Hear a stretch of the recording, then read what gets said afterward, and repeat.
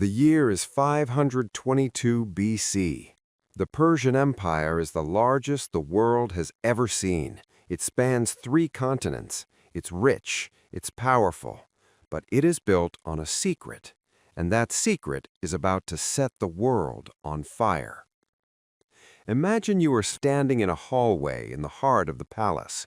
The heat is thick. It sticks to your skin. The air smells of heavy incense, but it's too sweet. It's trying to hide something, the smell of rot.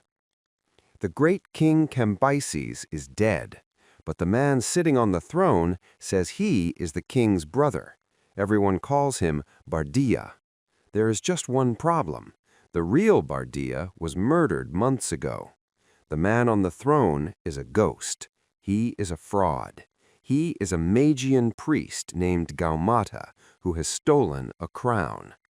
This is what the Persians called Drauga, the lie. Think about that for a second.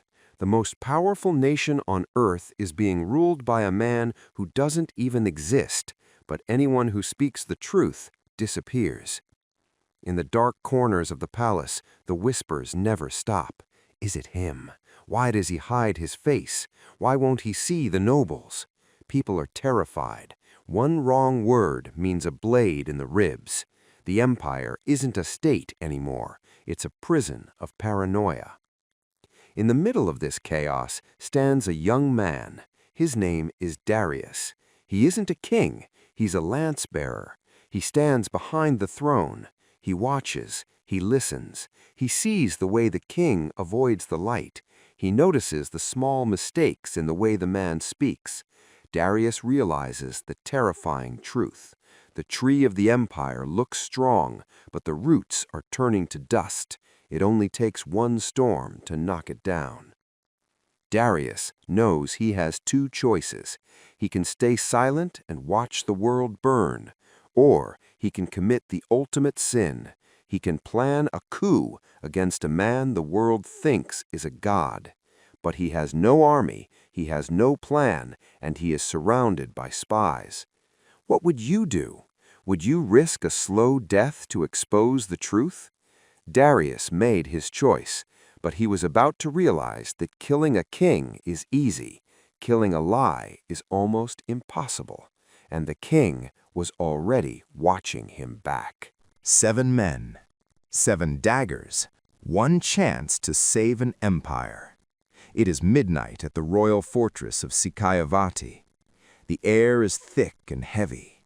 Rain begins to fall, but it doesn't cool the air. It just makes the stone floor slick. Darius and 6 nobles are moving through the shadows. They aren't an army. They are a hit squad. Can you hear it? The synchronized breathing of 7 men who know they might die in the next 10 minutes. If they are caught, they won't just be killed, they will be erased from history. They reach the inner chamber. The guards are confused. These are high-ranking lords. Why are they here at this hour? Before the guards can process the thought, the blades are out. No shouting, no battle cries, just the wet thud of steel hitting bronze and bone. The smell of fresh, metallic blood fills the narrow hallway. It's warm, it's sickening, but they can't stop now. They burst into the royal bedroom. It is pitch black. Suddenly, a flash of lightning cracks across the sky. For 1 split second, the room is bright as day.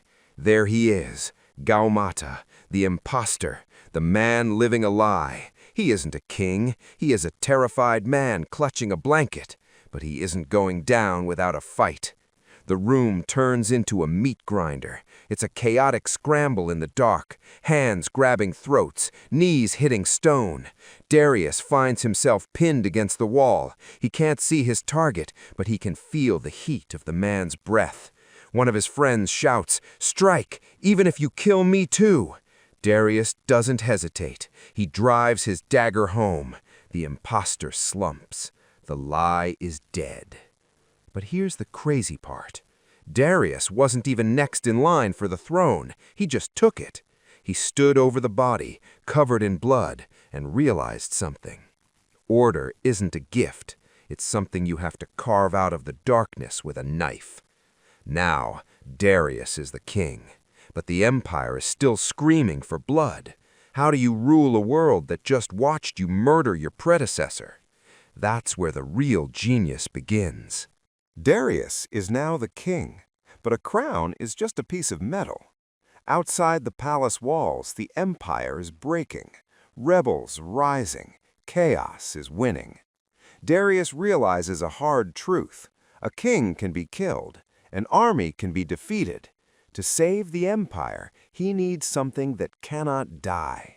He needs a machine made of men. He calls them the Immortals. Imagine standing on a dry, dusty plain. You are a rebel. You think you have a chance. Then you hear it, a low hum. It starts in your feet. Then it moves up your spine. Thud, thud, thud. It is the sound of 10,000 boots hitting the earth at the exact same second. It isn't a march, it's a heartbeat. Out of the dust they appear, 10,000 soldiers. They don't scream, they don't cheer, they move in absolute, terrifying silence. Every man carries a spear. At the bottom of each spear is a glint of gold or silver, shaped like an apple. The sun hits the metal and blinds you. But here's the trick, the real secret that kept the world in fear. Darius set a rule. There are always exactly 10,000, not one more, not one less. If a soldier falls in the front line, a man from the back steps up instantly. If 1,000 die in a swamp, 1,000 more are waiting at the border. To the enemy, it looked like magic. You kill one, and he stands back up. You kill 10, and the line doesn't move. How do you fight an enemy that never gets smaller? Think about the psychological toll. You were tired, you were bleeding, but the wall of spears in front of you looks exactly the same as it did 5 hours ago. It is a system. It is math applied to murder. Darius didn't just build a unit, he built a message. He was telling the world, individuals don't matter, only the order matters. This was the birth of the greatest fighting force the East had ever seen. But a great army needs a great home. Darius was about to build a city that would make the world tremble just by looking at it, and he was going to do it. Darius has the in the Immortals. middle of a He desert. has the crown, but he has a massive problem. His empire is too big. It takes months for a message to cross the desert. By the time the king hears about a rebellion, the city is already burned. Information is slow, and in the ancient world, slow means dead. Darius realizes that swords can conquer a land, but only roads can keep it. He decides to do something impossible. He builds the Royal Road. It stretches over 1,500 miles. It cuts through jagged mountains and burning sand. But it isn't just a path, it is a machine. Imagine you are a rider for the king. The sun is beating down on your neck. Your throat is dry. Your horse is lathered in white sweat. You can hear its heavy, ragged panting. You feel like you're going to collapse. But then you see it. A small station on the horizon. You don't stop to rest. You don't even get off the horse slowly. You jump. You grab a fresh horse. You hear the sharp crack of the whip, and you are gone. You are moving again before the dust has even settled. Darius built 111 of these stations. He created the world's first high-speed internet made of muscle and bone. Before this, a trip across the empire took 90 days. Darius cut it down to 7. 7 days. Think about that. You are a rebel leader in a far-off province. You think you're safe because the king is 1,000 miles away. You start your coup on Monday. By Sunday, the Immortals are knocking on your door. How did they get there so fast? It felt like sorcery, but it was just math. Darius realized that isolation is the mother of all lies. When people are alone, they plot. When they are connected, they obey. He turned a collection of warring tribes into a single breathing body. The roads were the veins, the messages were the blood. But as the empire grew faster and stronger, Darius wanted more than just a road. He wanted a monument that would scream his name to the stars. He was about to build Persepolis, and he was going to make sure it never died. Darius has conquered the land. He has connected the people. Now he needs a center for the universe. He calls it Persepolis. But he isn't going to build it like the tyrants of the past. Think about the Great Pyramids or the walls of Babylon. What do you see? You see thousands of slaves dying under a whip. You see blood in the mortar. Darius refuses to do that. He knows a secret that most kings never learn. A man who is forced to work will do the bare minimum. A man who is paid to work will build a masterpiece. This was a revolution. He brings in the best craftsmen from every corner of the world. Can you hear it? The constant sharp clinking of bronze chisels striking limestone? It's the sound of 1,000 men carving a dream into the rock. The air smells like fresh cedar wood brought all the way from Lebanon. It's crisp and clean. Look at the workers. They aren't in rags. They're wearing vibrant, dazzling clothes dyed in colors you've never seen. Men and women alike are getting paid in silver, grain, and wine. Darius isn't just building a city. He is building a middle class. But why? Why spend all this money when he could just take what he wants? Because Darius knows that a house built by slaves is a house waiting to be burned down. He wants his subjects to love the system. Every year, diplomats arrive from India, Egypt, and Greece. They don't come in chains. They walk up the great staircase carrying gifts, gold, exotic animals, fine fabrics. They aren't victims. They are partners. This was the ultimate flex of power. Darius was saying, I don't need to chain you. You want to be here. He created a monument to unity, a place where the lie of chaos could never enter.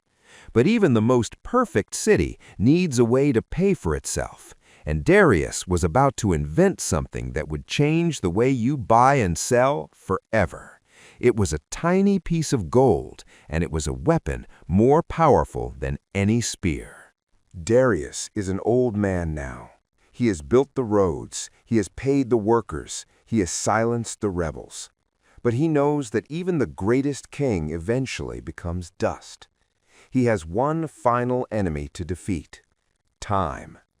He looks at a massive cliff in Behistun. It is 300 feet of sheer rock. If you fall, you die before you even hit the ground. This is where he will leave his mark. Imagine being a stonemason hanging from a thin rope. The wind is howling in your ears. It's trying to rip you off the mountain. Below you, the world looks like a toy. Your hands are cracked and bleeding. Every scrape of your tool against the stone sends a cloud of gray dust into your eyes. But you don't stop, because Darius wants the world to know exactly how he saved it. He carves a giant billboard into the mountain. It's written in 3 different languages. It tells the story of how he hunted down the liars and restored the truth. But here's the catch.